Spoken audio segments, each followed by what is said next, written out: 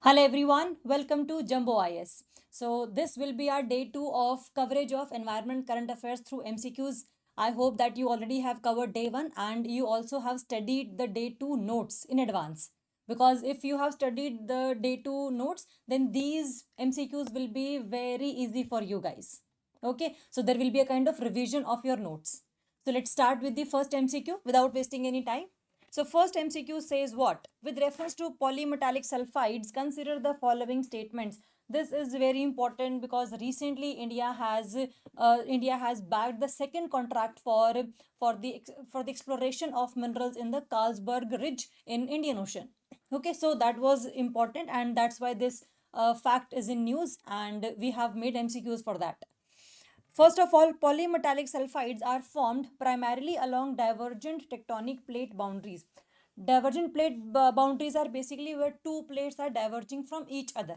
Basically, that can be CC boundaries, continental boundary, and that can also be oceanic boundary. Okay, so yes, it is basically found in those boundaries because there will be a space for emerging of magma out from the asthenosphere. Okay, so second is they are also referred to as a sea floor massive sulfides. If we say that this is the sea floor and this is basically the sea surface area, if divergent boundaries are there, then one plate will go this side and another plate will go into the opposite direction. Then there will be creation of space out of which the magma can emerge from the floor, and it will again react with the cold water, and because of this cold water all the minerals and all the compounds which have come in the form of magma, they will get deposited, they will get solidified, and that's how these polymetallic sulfides are found on the sea floor. Okay, so yes, they are also referred as sea floor massive sulfides. They are formed when cold ocean water precipitates silica rich sediments. It is true that cold water has some role in creating the silica rich sediments, but it is basically the reaction between magma and the cold water. It is not like that silica is present in the water, and because of the coldness of water it has convert itself into sulfides or silica rich sediments on the sea floor. Okay, so there will be a reaction between magma and the cold water. So this statement is wrong because these are not formed only when the cold ocean water precipitates silica rich sediments. Okay, then fourth is they contain metals that are strategically important for renewable energy technologies. Yes, we know that because it is basically found zinc, nickel, cobalt, and they are basically used in the renewable energy resources. So this statement is also correct. So we have asked which of the following above statements are correct. Then answer will be 1, 2, and 4 because third statement is wrong. Answer will be option A. Okay, so it is important that superheated statement 3 was wrong because superheated mineral rich fluids emerge from beneath the seabed and mix with the cold sea water, which causes metals such as copper and zinc to precipitate and form chimney like structures known as black smokers. Okay, so that's why it is important that it is not about the coldness of water, it is basically presence of superheated material, superheated mineral rich fluids, and which come out from the seabed in the form of magma, and that's why this statement was wrong. Okay, so all three statements were right. Next, we'll discuss with reference to International Seabed Authority ISA. Consider the following statements.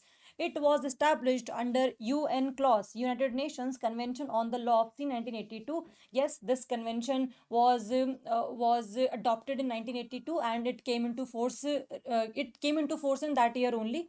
So ISA was formed under this convention. Okay, it regulates mineral related activities within the exclusive economic zone of coastal states. It does not regulate the areas which are within 20 nautical miles from the baseline, because that is your exclusive economic zone. All the rights regarding minerals and other things basically lies with the coastal states, and ISA does not regulate the mineral activities in this area. It regulates the mineral activities outside the national jurisdiction in the area, and that area is known as the area. So it is inverted commas and the area. So this statement is wrong. It is headquartered in Kingston, Jamaica. Yes, this statement is also right. Sometimes the question can be asked in very simple form. So almost the headquarters are where and what is its significance and functions. Mainly questions come from this aspect. The fourth one is it grants contracts for polymetallic nodules, polymetallic sulfides, and cobalt rich ferromanganese crusts. Yes, it grants contracts. The power lies with this ISA, International Seabed Authority, that if you can have the extraction of polymetallic nodules from the seabed, and that seabed is basically in the area which is outside the national jurisdiction of any coastal state or any country. Okay, so this statement is also right. Which of the above statement is correct? So first was correct, second was incorrect. So answer will be your A, 1, 3 and 4 only. Okay, so we know that ISA is under UN clause, and we also have discussed earlier that from baseline to 12 nautical mile there will be territorial waters, from territorial waters to 12 nautical mile there will be contiguous zone, and from baseline to 200 nautical miles there will be exclusive economic zone where all the minerals are in the ownership of the coastal states, and there is no regulation of ISA in that area. Okay, next, we'll discuss assertion, which is deep sea mining of polymetallic sulfides raises environmental concerns because it may harm the marine biodiversity. Okay, so reason is hydrothermal vent ecosystem host unique extremophile biodiversity. Extremophile means those organisms which can live in extreme environment, extreme low temperature, extreme high temperature. So if you are going to extract the minerals from the seabed, it can harm these benthic biodiversity, the biodiversity living in the seabed. So yes, assertion is this, and yes, the reason is this because hydrothermal vents which are created because of the divergent plate boundaries, and in case of basically ocean, so polymetallic nodules are found on the ocean bed, not on the continental bed. So it is always the oceanic divergence and not the oceanic or continental divergence or your CC divergence. So yes, both A and R are correct, and R is the correct explanation of A. So we should know that what are extremophiles and what can be the negative impacts of deep sea mining. So there is environmental concern about this deep sea mining. So we are basically very careful about this mining, and so that minimum harm can be for these benthic biodiversity. Okay, so answer is option A. Next, we'll discuss with reference to oil spill regulatory mechanisms. Consider the following statements. First of all, oil spills are very frequent phenomena because whenever the cargo ships, which is carrying oil, basically is moving from one area to another area, or any ship which is using fuel as fuel in its engine, that can be spilled because of multiple reasons. So these are very frequent phenomena. The Merchant Shipping Act 1958 incorporates provisions consisting with Marpole Convention. Marpole Convention adopted in 1973, and some protocols were also amended in 1978. That's why we call it Marpole 73/78. It came into force in 1983. And this convention is basically to remove the pollution from any ship in the seawater area. So this convention is very important, that if any state has ratified this convention, then ship and other things are not causing any pollution in ocean or seawater area. Okay, so yes, this India's Merchant Shipping Act incorporates provisions consistent with Marpole Convention because we also want to reduce pollution from the ships. Second, the Indian Coast Guard act as a nodal agency under the National Oil Spill Disaster Contingency Plan. Yes, India has this contingency plan that if oil spill has occurred, then Indian Coast Guard will act as the nodal agency, and it can use multiple methods, like they can use oil zapper as bacteria which is feeding on the hydrocarbons basically present in the oil. So it is called bioremediation, that we have used biological organisms or living organisms like bacteria and viruses, etc., for clearing the site. Okay, so oil zapper is very important in that aspect. So the bunker convention deals exclusively with oil pollution from crude oil tankers. No, it is not about crude oil tankers. It is basically the bunker, basically present where the fuel is present of the ship. That it is the fuel which is used by ship in its engine. So even if because if a ship is moving in one direction, it will require fuel. So that fuel can also be spilled. It can also leak. So that aspect is covered under this bunker convention, not for the crude oil tankers. It is very different. The bunker is very different from the cargo oil, which are taking oil from one area to another area. Okay, so it is different from that. Marpol specifically addresses prevention of oil pollution from ships. Yes, it is basically oil pollution, air pollution, water pollution in case of ships. It is basically specifically addresses prevention of oil pollution from ships. Which of the following above statements are correct? So first was correct, second was correct, and third was incorrect. So answer will be your 1, 2 and 4 only, because third is wrong, because bunker convention is different from the Marpol convention. Okay, both are related with the oil spill contingency plans, but both sources are different. Next, we will move to with reference to cloud bursts. Very important, because recently in 2025, cloud bursts were very frequent phenomena in Himalayas.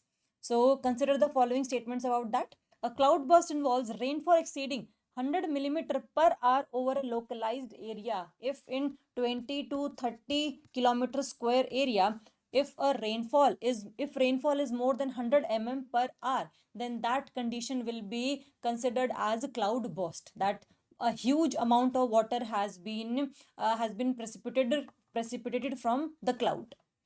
Cloud bursts are more likely in Himalayan regions due to orographic lifting. The orographic rainfall is the major responsible cause for cloud bursts, because in Himalayas the air is carrying moisture, and because of the presence of mountain, it keeps on moving to the upward direction. There will be the cloud formation. So this air is constantly moving into this area. So it has abundance of moisture, and cloud will be there, and there will be updraft of air which is very strong. So this updraft of air will keep on moving air into the upward direction, and there will be condensation, there will be cloud formation, and there will be a time when this cloud is no more capable of carrying all the moisture, and it will be burst. So that condition is called cloud burst. So orographic lifting and orographic rainfall are a very important cause for this cloud burst. So cloudburst can be completely prevented through technological forecasting systems. It can be prevented, but it cannot be completely prevented, because it is very difficult. It is impossible to predict every phenomena very accurately. So the statement lies in wrong perspective. Interaction between western disturbances, basically the western disturbances brought by the subtropical westerly jet stream in winters, and they also bring moisture. So in the abundance of more moisture, there will be more orographic rainfall, there will be more condensation, there will be more cloud formation, and there will be more incapability of cloud to hold that moisture or water. Okay. So the interaction between western disturbances and monsoon currents can enhance instability. Then answer is yes. Okay. So number 1, 2 and 4 statements are correct. Third is incorrect, because it cannot be completely prevented. It can be prevented in a slight manner. Okay, so answer will be 1, 2 and 4. It is important. Next is with reference to sea flood. Consider the following statement. It is basically a web platform that can forecast the flood in a small area. That there are chances, there is the possibility that flood can occur in this area. It can tell that in 2 day advance. Okay, so that's a web platform used by IMD. It uses 2D hydrodynamic modeling to simulate flood spread. 2D means we are covering length plus width. If this is the river system, we are not taking that how much length will be there of river. So how much amount of water will be there in river. So we are also covering the width. That if there is flood, how much width is going to have of river, and which areas will get flooded. So it is called 2D hydrodynamic model. So we are covering length plus width both. It focuses only on river channel flow like traditional 1D models. No, Traditional 1D models are basically those areas which are only covering the river and adjoining areas, and not the far areas which are connected with the river floods. Okay, so it is not only focuses on river channel, it is more focusing over the other areas as well. It integrates hydrological, meteorological, and satellite data. Yes, if we have multiple data, we can predict the floods more effectively. And it provides forecasts up to village level resolution. Earlier, the resolution was basically for district wise. So we can say for sure that this district will get flood. So what village, which village, and how many villages will get flooded because of this rainfall, we were not sure about that. So in this model, we have the village level resolutions as well. So that prediction is very localized. Okay. So this statement is also correct. So option D was incorrect, and which are correct? Then answer will be 1, 3, and 4. Option A. Okay, next we will move to with reference to gas hydrates. Consider the following statements. They form under high pressure and low temperature conditions. Gas hydrates are basically the methane hydrates. Pressure is very high, temperature is very low. So basically, these are found also on the seabed. Okay, they are stable typically at depths greater than 500 meters sea level below. Yes, because here is high pressure and low temperature, and these hydrates can be formed in this area because of the low temperature system.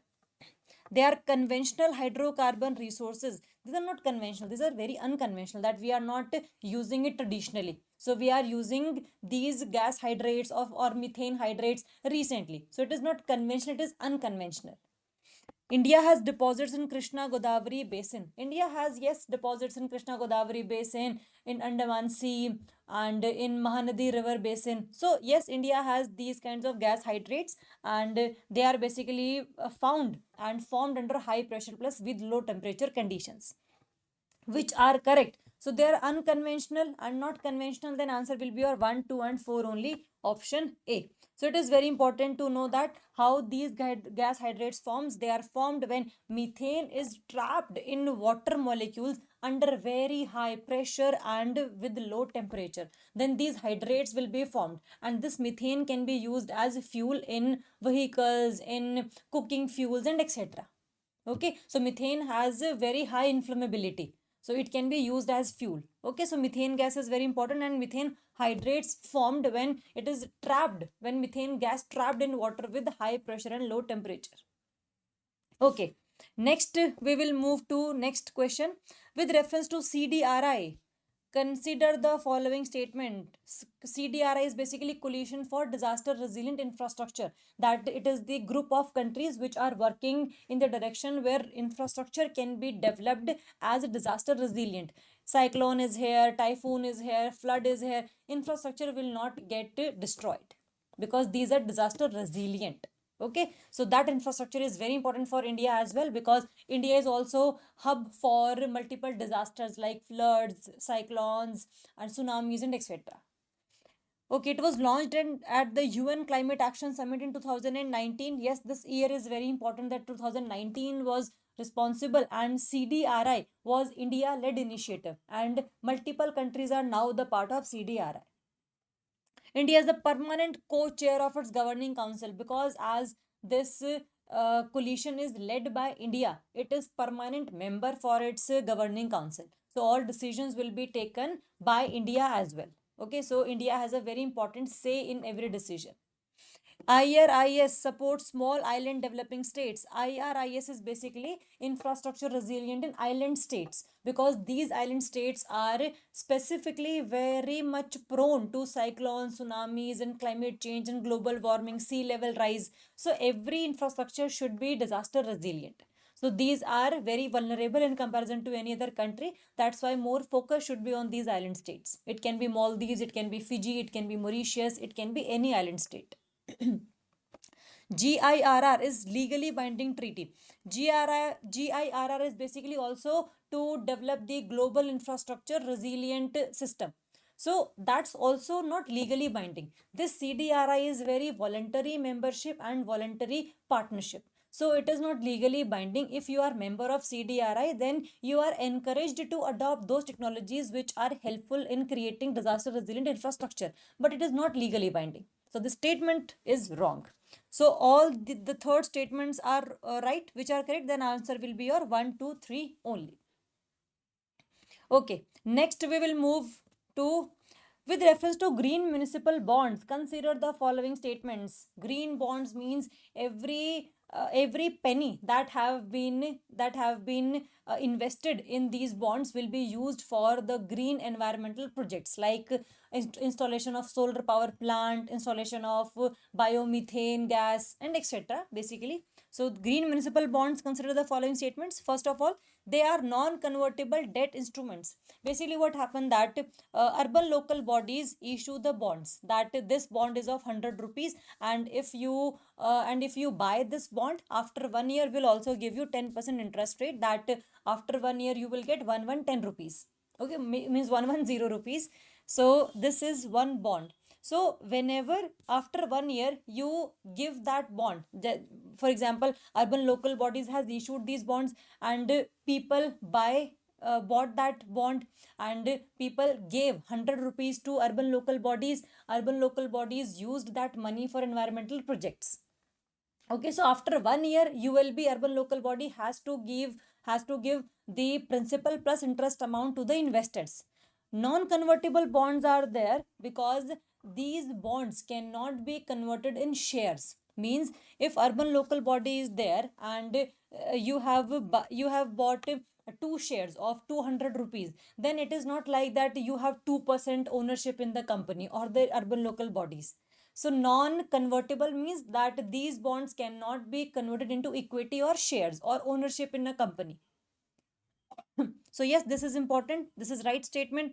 Funds must be used exclusively for environmentally sustainable projects. That statement is right. They are issued only by state governments. No, municipal bonds are basically issued by municipal corporations. So ULBs are responsible for the issuance of these bonds. Article 243W empowers municipalities and urban governance functions. Yes, it is very important that Article 243 under Schedule 12 in 74th Constitutional Amendment 1992. So this is very important that yes, it empowers municipalities and urban governance functions, that they can also issue municipal bonds. Okay. So which are correct? So option 1, 2 and 3 were correct. Fourth were basically correct. Third statement was wrong. Then answer will be your 1, 2 and 4 only. Okay, next we will move to consider the following impacts of oil spills. Reduction in dissolved oxygen level. Yes, because there will be a kind of a layer on the water or sea or ocean. So there will be blockage of sunlight. And if there is blockage of sunlight, photosynthetic plants or phytoplanktons will not be able to prepare their food. And because of that absence of photosynthesis, there will be no that exhalation of oxygen in water. So there will be, yes, dissolved oxygen level will be reduced. Disruption of marine food chains. Yes, obviously, because phytoplanktons will become dead in the absence of photosynthesis. Zooplanktons dependent on those phytoplanktons will also become dead. So there will be a disruption of marine food chains.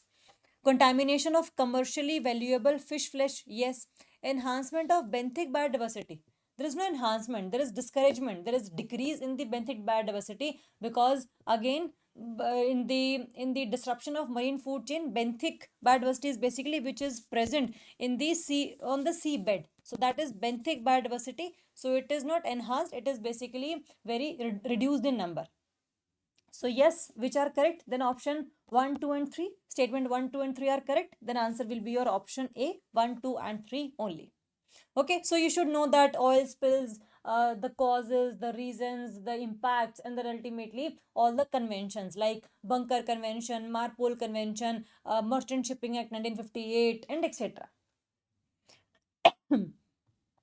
Next is your question with reference to Conocarpus tree in India. Consider the following statement is very important. It was basically news, and that's why MCQ is on this species.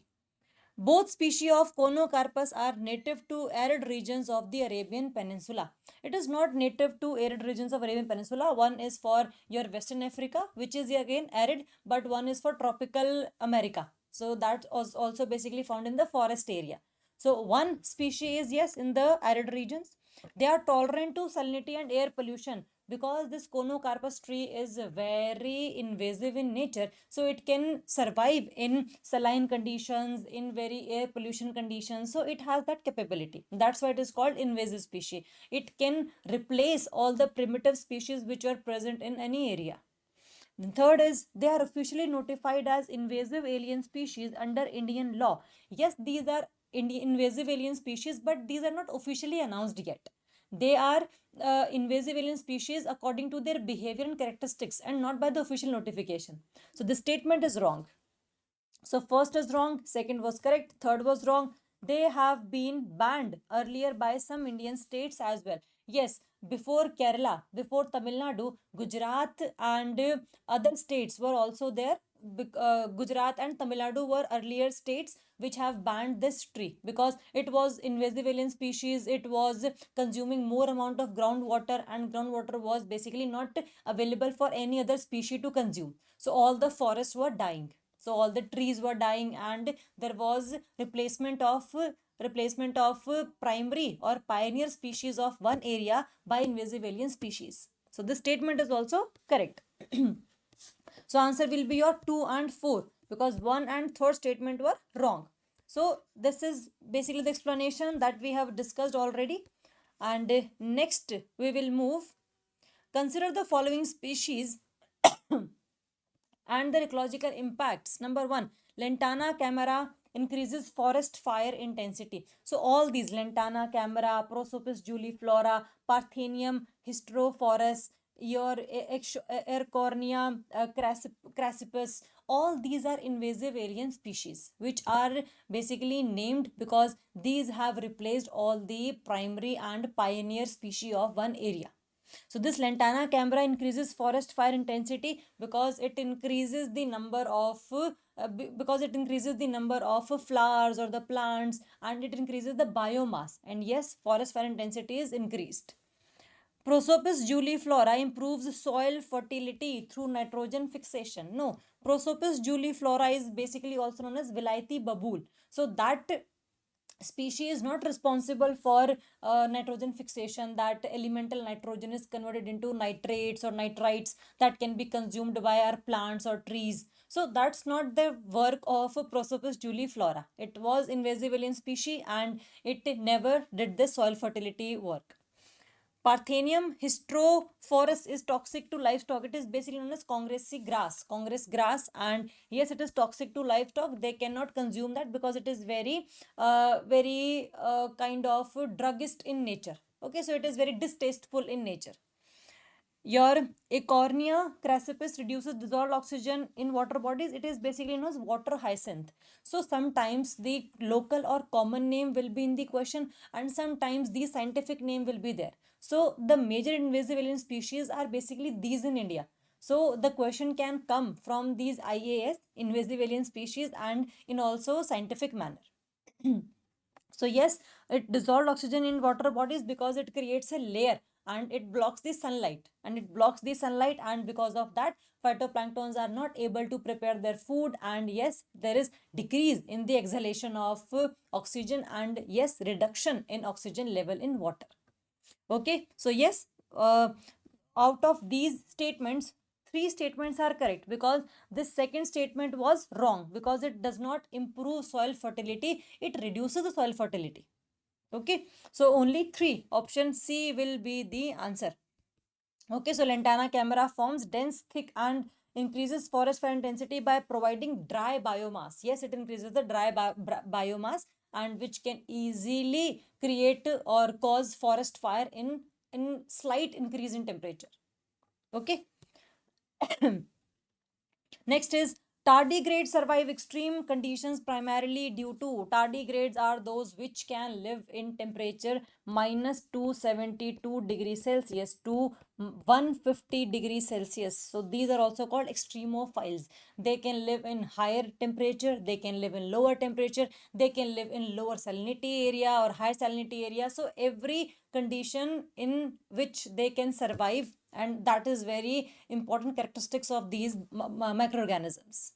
So yes, production of antifreeze proteins, cryptobiosis, cryptobiosis is the answer basically, because it is the state of extreme metabolic inactivity, that they are not doing anything. They are just lying for decades. They don't need water, they don't need food, they don't need anything for survival. They are just lying inactively for decades, and that's called your cryptobiosis. So that's why they can survive in extreme environmental stress. So they can also crush pressure, radiation, vacuum of space, dehydration for decades. It was basically sent to International Space Station, and recently Axiom 4 mission was there, where Subhanshu Shukla from India went to space, and he also carried these tardigrades, so that they can study that how these tardigrades can survive in these extreme temperatures or radiations. Okay, so the Mars mission was there, Mars mission of Israel, known as Bear Sheet. It was, yes, crashed on the moon, but tardigrades survived there also. So it is very important to know that what are the conditions which are required for tardigrades to survive, and what is basically the reason behind that. So the reason is cryptobiosis. They are very important extremophiles, that they can live in any area. So if we want to study any area, Mars, Jupiter, anything, so we can send these tardigrades, and we also send them in India. After Chandrayaan 3, these tardigrades were also sent. Okay, next we will move to assertion. Tardigrades are sent to International Space Station to study long-term human survival in space. So the reason behind the survival of these tardigrades, if that is inducted in human body, then humans can also survive in extreme conditions. So what are those genes? What are those proteins formed by tardigrades? They are basically studied, and those proteins can be manufactured or modified in our body as well. Then we can also survive. Okay, the reason tardigrades exhibit exceptional DNA repair and radiation resistance mechanism. Yes, they are sent for study for the long term human survival in space, because they are responsible for exceptional DNA repair. Their DNA is constantly repairing itself. So if this mechanism is present in human body, yes, our DNA is basically repaired, but we cannot survive in the extreme conditions. We can survive in -45, we can survive in +45, but not -272 or +150. Okay, so human body has that mechanism, but not for extreme conditions. Okay, so yes, both statements are correct, and R is the correct explanation of A, because they can study it, because to study your long term human survival in space. Next is with reference to Indian rhino and Rhodes. Rhodes is rhino DNA index system, that DNA profiling will be done for all rhino basically present in India. It is by the Assam government. Consider the following statements. Indian rhino is the largest rhino species globally. Total 5 rhino species are there in the globe, basically at the globe. And one is your Indian rhinos, which is known as greater one horn rhinoceros, only with one horn. Other rhinos, then we have Sumatran rhinos, these are called your Asian rhinos. Then African black rhinos, and you have white rhinos. So white and black both are found in African region, and these three are found in Asian regions. So white rhino is the largest and not the greater one horned rhinoceros which are found in India. So the statement is wrong. India holds about 3/4 of global Indian rhino population. Yes, India has about 75% of Indian rhino population, and India is responsible for in Assam, in West Bengal, in Uttar Pradesh. These three states are responsible for consisting 75% of Indian horned rhinos. In Assam, there will be Kaziranga, Manas National Park, Popitora National Park, we have Orang National Park. So these four national parks are very important in Assam. In West Bengal, it is your Gorumara National Park, Jaldapara National Park. In UP, we have Dudhwa National Park. So these 7 national parks are very important for findings of these rhinos. So yeah, the statement number second is right. Rhodes helps in identify the poaching source of seized horns. yes, whenever the Assam government or the Wildlife Crime Patrol Bureau, whatever, so when they seized horns of greater one horn rhinos, because these horns are used for medicinal purposes, ornamental purposes in different countries, especially in China and South Korea.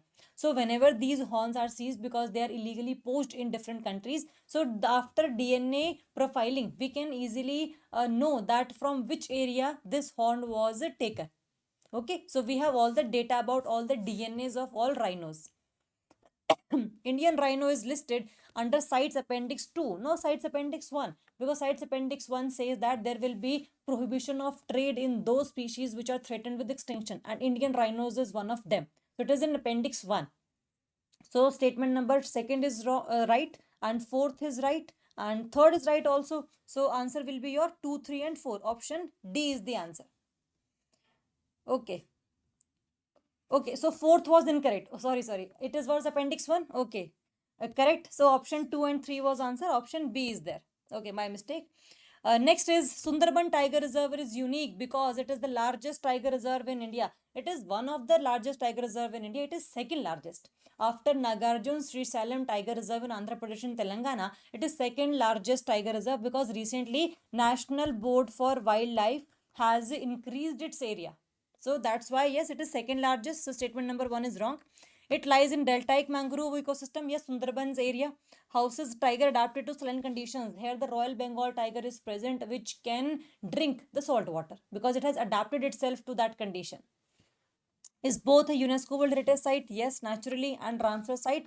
Yes. So it is basically both the sites. So select the correct answer. So option statement number second, third, and fourth are the right one. So option B will be your answer, and it is the second largest tiger reserve and not the largest tiger reserve. Next is with reference to reverse faulting in Kamachatka region. Consider the following statement. Recently, earthquake was there in Kamachatka area, in Russia area. So that's why this MCQ is here. Reverse faulting. Faulting is basically where two plate boundaries are interacting with each other. Normal fault is where two plates are diverging in nature. So one is going in direction and another is going in an opposite direction. Reverse faulting is where both the plates are coming towards each other. So it is called convergent boundaries. So reverse faulting occurs due to compressional stress at convergent plate boundaries. Then this statement is very right. Normal fault, divergent, reverse fault, convergent boundaries. In reverse faulting, the footwall moves upward related to the hanging wall, that we'll see in a bit just.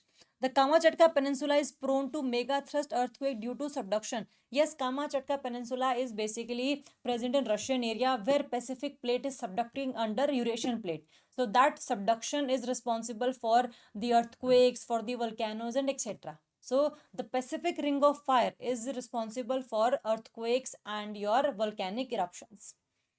Reverse fault are associated with mountain building. Yes, it is associated with the mountain building because compressional forces are there, fold mountains will be there. So it is associated with the mountain building. So second, first, third, and fourth are correct. So what will be the second option? In reverse faulting, what happens is there is one wall called hanging wall, one wall called foot wall. This is your hanging wall is basically going upward, which is slightly higher in elevation, and foot wall is basically going downward, which is slightly lower in elevation.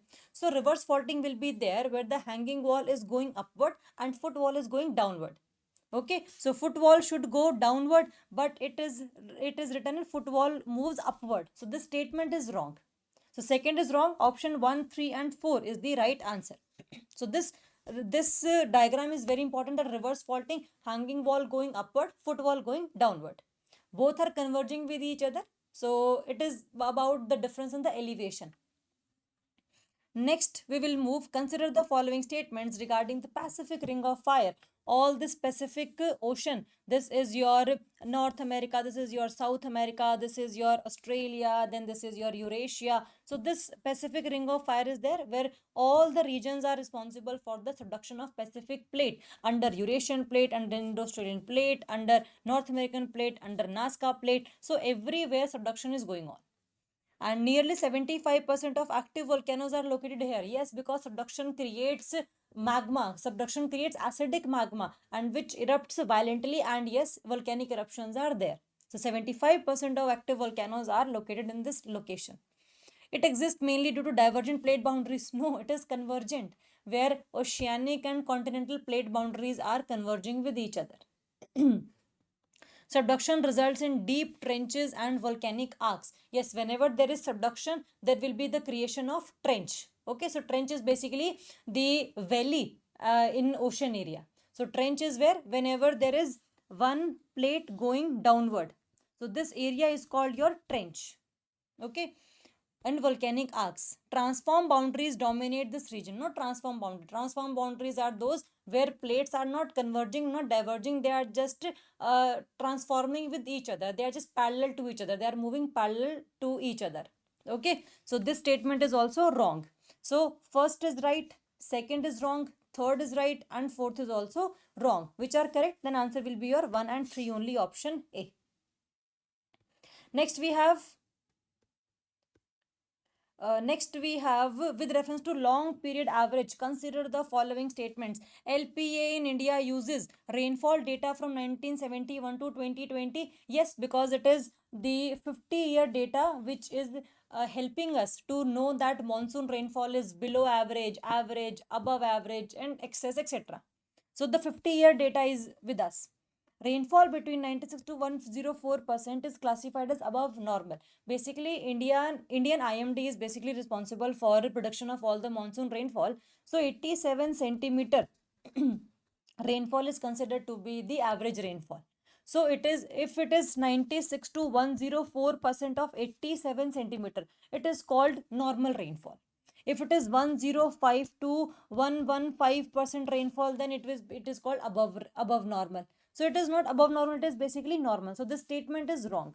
Rainfall above 1110% is excess. Okay, so 105 to 1110 is above normal. Above 1110 is, it is called excess. LP is calculated over 30 to 50 years. Yes, means almost 50 years, but 30 to 50 years is the range where we predict the rainfall in the monsoon season. So option statement number 1, 3 and 4 are correct. Then answer will be your option A. So we know that 96 to 104 normal, 105 to 1110 above normal, above 1110% of 87 centimeter rainfall, then it is called excess rainfall. Next we have with reference to Bharat forecast system. It is basically India's indigenous forecast system which makes us independent in the prediction of monsoon, rainfall, cloud bursts, and etc. So consider the following statement about that. It enhances resolution from 12 kilometer to 6 kilometer. Earlier it was using 12 into 12 kilometer grid size. Now it is covering 6 into 6 kilometer grid size. So the resolution has narrowed. So it is very important that resolution should be narrowed, that local forecast system should be there. So localized prediction is also very relevant. So this statement is correct. It integrates Doppler weather radar inputs. Doppler radar basically does what? It sent the microwave radiations and it reflect backs after hitting the water vapors and the rainfall or the water. So whenever the frequency is increasing, means the rainfall or the water moisture or droplets are moving towards one area, and if frequency is decreasing, then the water vapor or the water droplets are basically moving away from one area. So that is basically the increase in frequency, decrease in frequency is responsible for the prediction of any rainfall in a particular area. So the radar helps in that system. It is powered by Arca and Arunika supercomputers. Yes, it is under National Supercomputing Mission that METI is basically conducting. So yes, these two supercomputers were also used in Bharat forecast system. So how many statements are incorrect? So all these statements are correct. Then answer will be your D, none. It is very important. Okay, so with this we have covered our 20 MCQs for day 2. I hope you find this session very helpful, and if you still have any issue or any doubt, please let me know. You can message us, you can call us, you can talk to us. Okay, so thank you so much and all the best. We'll see you in day 3 20 MCQs. Thank you so much.